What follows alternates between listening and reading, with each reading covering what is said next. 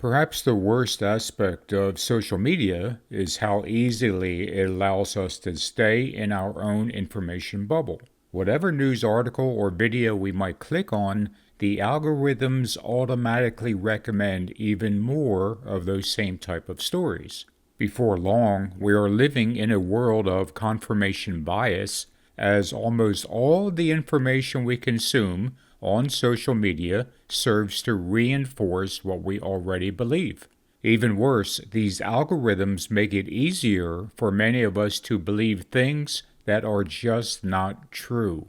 This is because if there's one thing that a news bubble does more than anything else, is it diminishes our objectivity. The need to use our critical thinking skills becomes less necessary as every new bit of information tends to reinforce what we already believe, even if that information is wrong. One nearly tragic example of how living in an information bubble can be so dangerous was from a couple of years back.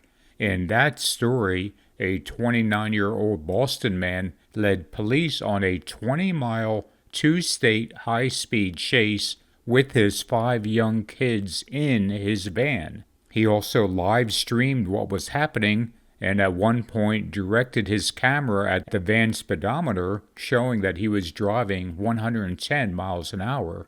"We don't want to die," one of the children screamed as they begged him to slow down. Here's a short clip from that live stream. The cops are after me. Don't you understand? I'm trying to protect you. Are you sure not to? Of course I'm sure. If the cops are really in on it, then there's nothing that's gonna stop them. Donald Trump, I need a miracle or something. Somebody QAnon and help me. Ain't gonna help you. QAnon and help me.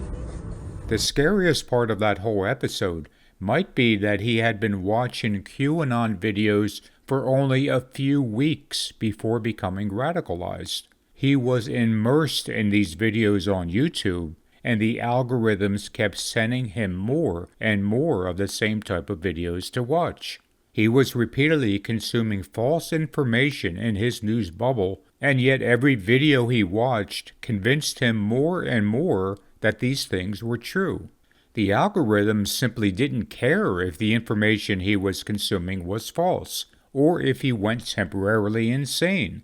It only mattered that he was consuming more and more content. Another more recent example is the man from North Carolina who was arrested for making threats to FEMA workers. The threats came after he posted a message on Facebook calling for people to overtake the FEMA site in Lake Lure, North Carolina. That message was based on what he says were social media reports that FEMA was withholding supplies from hurricane survivors. In his news bubble, those reports were believable, even though they were based on unsubstantiated rumors in the wake of the hurricane. A more under-the-radar example of news bubbles is how the Department of Defense recently updated a 2016 directive to allow for a broader military involvement in domestic law enforcement, especially under emergency conditions. While the directive primarily focuses on intelligence support, it explicitly permits military commanders to use lethal force if an imminent threat is identified, and it expands the circumstances under which the DoD can assist law enforcement. What makes this particular story fascinating is that it's almost exclusively being reported on conservative and far-right sites, while the mainstream media and far-left media outlets are strangely silent.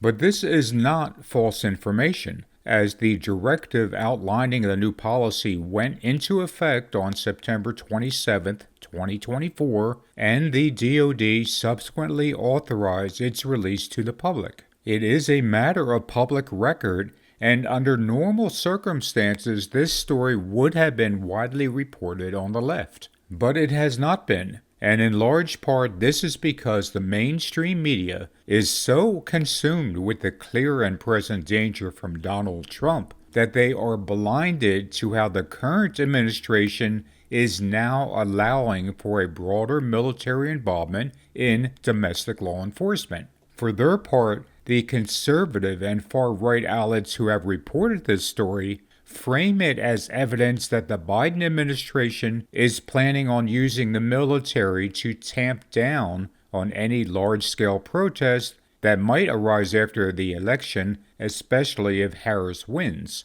The irony in that perspective is that it's actually Donald Trump who has publicly stated that he intends to use the military for domestic law enforcement. The DoD's directive is a virtual green light for a potential Trump administration to be the authoritarian he wants to be. In a world of news bubbles and filled with misinformation and false information, there are a couple of things we can actually do to somewhat protect ourselves from being deceived. These things are not perfect, but they are a good starting point. First, stay away from the extremes. A large amount of the blatantly false information and misinformation originates on the far right. These outlets will spread any rumor as long as it results in more views and clicks. Second, be aware of your own news bubble. If you are only consuming information that reinforces what you already believe, for example, if you watch MSNBC all day long or read the Huffington Post nonstop, you are weakening your ability to think critically. You need to force yourself to occasionally watch less biased content, such as Reuters, BBC News, or CNBC. Even if you don't agree with everything they report, simply exposing your mind to a slightly different perspective will help your overall objectivity. And of course, the same thing goes for us who sit and watch Fox News all day, or can't wait to hear the latest story on Newsmax or OAN. We have to find a way to move back to the middle ground on our news sources for the sake of our own minds.